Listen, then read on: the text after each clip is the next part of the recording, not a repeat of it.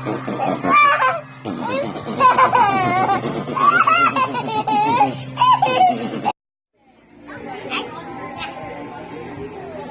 tea party was a way for me to get to meet people after the show who I felt.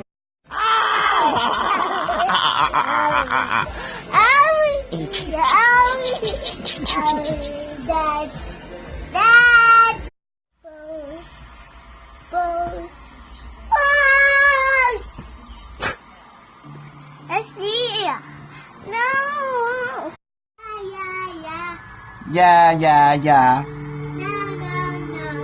No.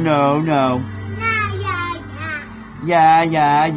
I have been working, if today is Wednesday, since Sunday night-ish, for like almost 3 days straight, 8 hours of sleep. Finally, here we go, and this is why we stop here. And that's why we stop here, folks. Finally, a reason why. And that is why we stop at the railroad tracks there. I was thinking about that. I was like, I keep saying this shouldn't be here, the stop sign. And I was like, I'm gonna get hit.